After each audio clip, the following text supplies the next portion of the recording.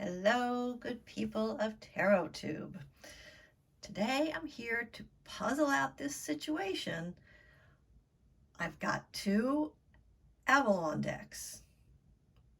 Are they both going to stay?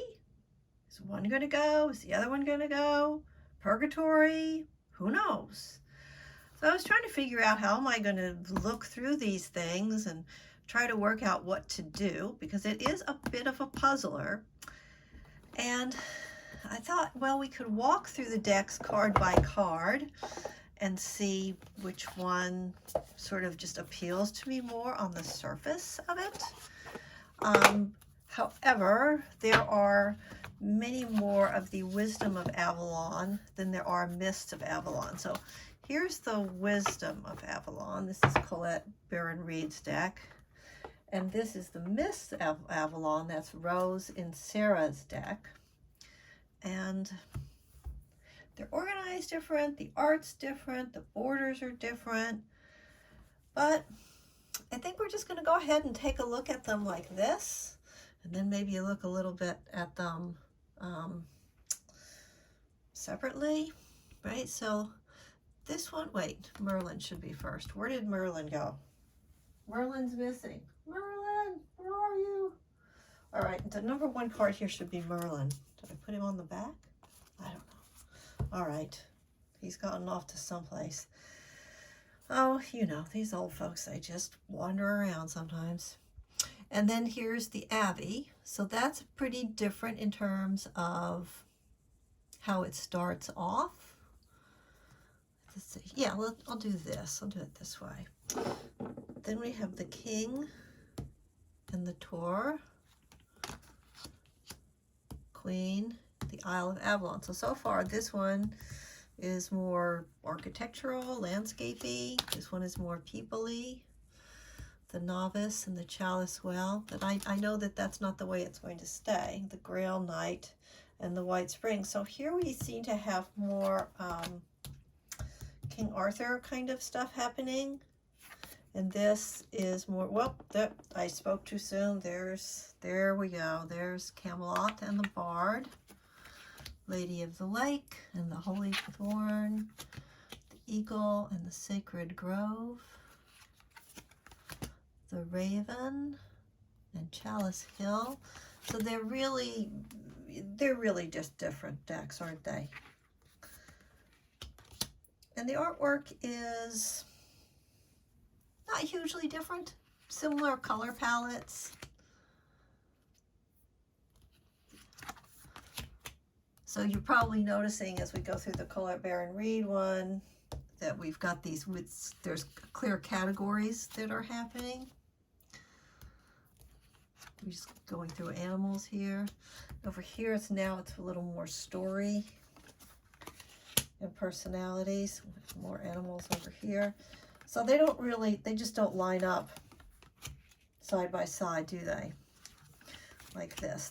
They're just very differently organized. So now we have the people over here.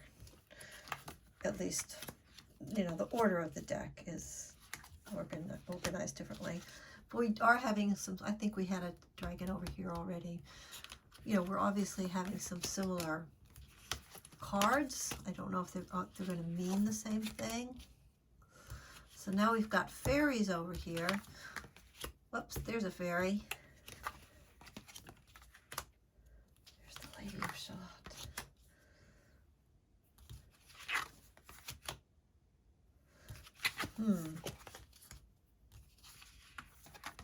You know what? Can any of us look at this name and not want to sing a song that would break a copyright law? So I'm not going to sing it. No.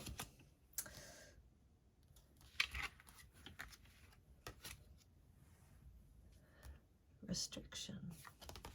So I have looked at both of these decks, but I forgot about that restriction card. So now we've got feelings over here. We're still doing people. Events. The Key of the Fairy Realm. Oh, the King. Okay, so whoops. Risks. The White Heart. Okay, so we're finished with the Mists of Avalon now. Now we still are going here with the Wisdom of Avalon. Burden, letting go.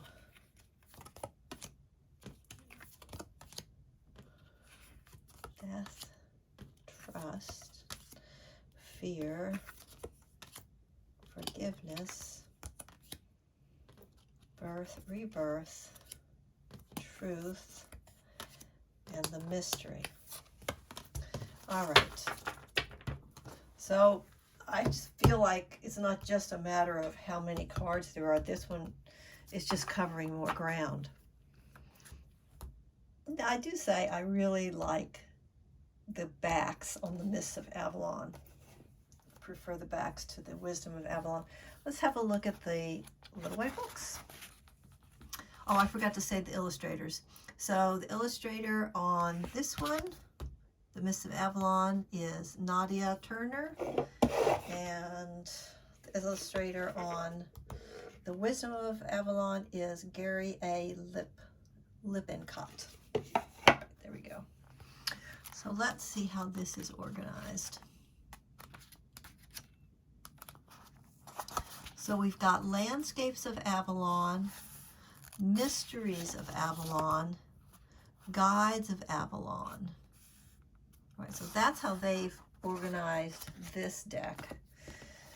And the Wisdom of Avalon is organized by the Messengers of Avalon, the Animal Guides of Avalon, the Guides of Fairy, the Sacred Journey Markers.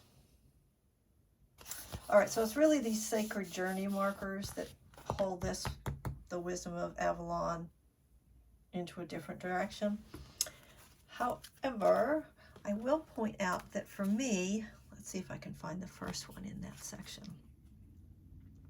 Once we get to these journey ones, they start looking, I find some of the landscape, whoops, I find that some of the landscape is awfully similar looking. And it's like I really need the keywords, because just looking at the landscape, I'm not getting, like, I don't look at this and see joy. I don't look at this and see protection. I might be able to start to read the symbols. Let's see. Movement. Yeah, that looks like movement. That's kind of sunlight. That could be, right. So these symbols, the lightning bolt for disruption, I think that I would have to, and this fit, oh, risk. I said fish. Yeah, this one, oops, sorry, I got out of frame there. Yeah, that doesn't really say risk to me. So I would really have to be relying on the title of the card and the information in the book once I got into these cards. These journey, what was it called? The journey cards, the land. Yes, the Sacred Journey Markers. Once we got into those, I would really just be very reliant on, because I think this is a birch tree. Let's see, how does birch tie into burden? Because for me,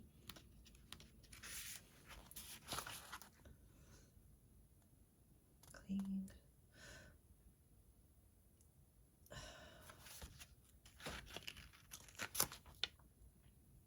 Yeah, I don't understand it. I mean, that is a birch, isn't it? Yeah. So, I mean, I use birch bark from trees around my area where I live. You know, I use the bark that falls on the ground to write on and for ritual purposes. I don't really think of it as a burden.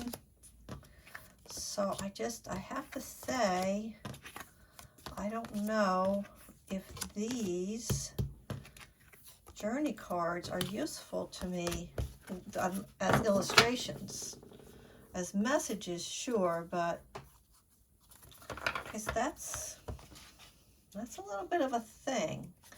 Okay, so let's see, is there a way we could look at these kind of more All right, let's look at these people-y cards. The people and the fairies. Let's look at the people and the fairies. And there are a lot of animal spirits in this one. Okay, let's take a look at that. And let's sort of look at this. Okay, so now here we've got, so in terms of like physical space, these cards do mean more to me. And let me get this up a little closer. They also have keywords, right? So the Abbey has got keywords of serenity, purpose, whoops, wrong way, and shared blessings. Yeah, that makes sense to me. Here's truth with source, clarity, and connection. Yeah, so these, in terms of place along your journey, these mean more to me. Easier for me to look at these and get a meaningful reading. All right, I'm going to put those to the side. So I've kind of compared this group with this group and preferred this one because of both the illustration and the keywords, even though there aren't as many sort of in that category, I guess, if you wanted to call it that. So now, how many of these are animals and how of them are humanoids? Let's call it humanoids. Okay, so mostly humanoids. We really don't have a lot of animals in here. We have hardly any animals. We've got the white hart and we have the dragon in the Mists of Avalon deck. We just have these two animals. And then look at how many animals we have here. And they do have, all the animals have got, you know, these keywords on the top. So, which might or might not jive with your personal animal spirit meanings. And you might not really think of these so much as Wisdom of Avalon, exactly, especially this dog. When I saw that dog, I was like, I'm not sure if that's historically accurate. Yeah. But, you know, some of the meanings, you know, the wasp, anger, retaliation, jealousy, makes sense to me. I'm not sure what it has to do with the Wisdom of Avalon exactly. Deer makes sense. The serpent, yes, we've got to tie the serpent into everything. Well, let's see how different the dragon meaning is. Okay, so in Wisdom of Avalon, it's power and strength. That's what it looks like. And in Mists of Avalon, the dragon is pathfinder, power, and integration and strength. That's interesting. Oh, but we've got two dragons. Okay, so yeah, the integration makes more sense when you look at the two dragons. All right, so that's a pretty significant difference there with the animals. All right, let's look at this part, kind of just side by side in no particular order.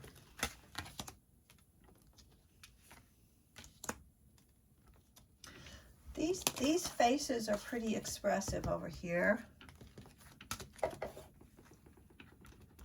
And I feel like, yeah, I feel like the expressions in the Colette Baron read do a little bit more. Look at these, they don't look, I'm not getting a lot of emotion off of these faces. They all just look sort of, I don't know, stoic maybe? So I wouldn't be reading any emotion into these people. I would just be looking at that character. What would that character mean, I guess? Like, there's a lot of emotion here, right? And, I wonder what I did with that Merlin card. I'm back on the Merlin question again. I'm looking around my space. Yep, I don't see it. I don't know what I did with Merlin. Okay. Yeah. Okay, I'm coming close to having sort of a summary of what I think here. Okay, so lots more people in the Avalon deck than animals. All right, see, I'm still going through people over here with Avalon. And this is how many more animals I've got in Call It Bear and Read. All right, I think I have made up my mind about what I think about these two decks. And here we go. Let's just put everything here. Nice, neat little summary. I think that in terms of just having a pretty well-rounded oracle deck that's going to give you a lot to work with, provide you with plenty of source material as you're telling your story, you're doing your reading. This one's going to have a lot more. If you wanted to be more in touch with actual Avalon, then I think this book deck is going to give you more. Yeah. All right, let's just do 2-card reading, one from each deck. Let's see what we get. All right, so I'm not going to do the whole shuffle here. We're just going to kind of pull one at random. We got the horse. So we got the horse from Wisdom of Avalon. And we're going to use the keywords on the cards to help us out with this reading. And, oh look, we got a horse here. We got Lancelot on a horse. All right, so let's sort of get this stuff here. Make a pretty ending picture while we take a look at this.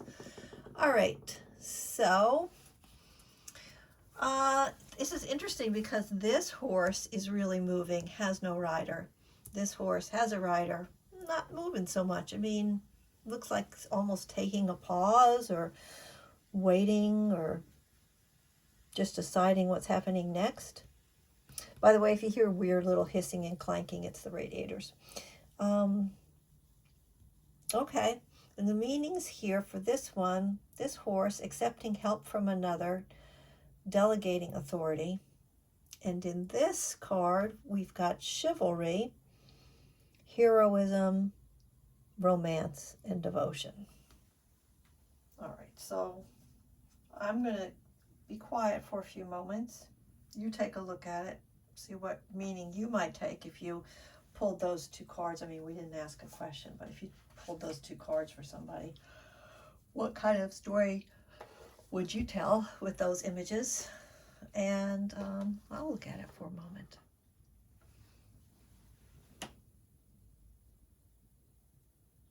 Okay, I could do sort of a really mundane story and say that, you know, a heroic figure might be coming into your life.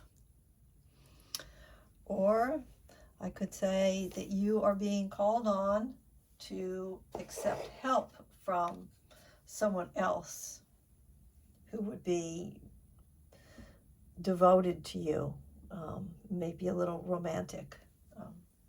Yeah, I could read it a couple ways, but you know, it's completely out of context. Didn't ask a question first. So I'd be curious if you had a preference to one of these decks over the other, which one you liked, which one, you know, if you could only get one of these decks, which deck would it be? And I don't know that I've come any further in my query of, am I going to keep both of these decks or keep one? What am I going to do? I don't think I didn't get very far with that, but it was fun anyway. If you made it to the end, thanks for stopping by. I sure would appreciate if you hit the like button if you would like to get more of this kind of stuff. Take care, be well, bye-bye.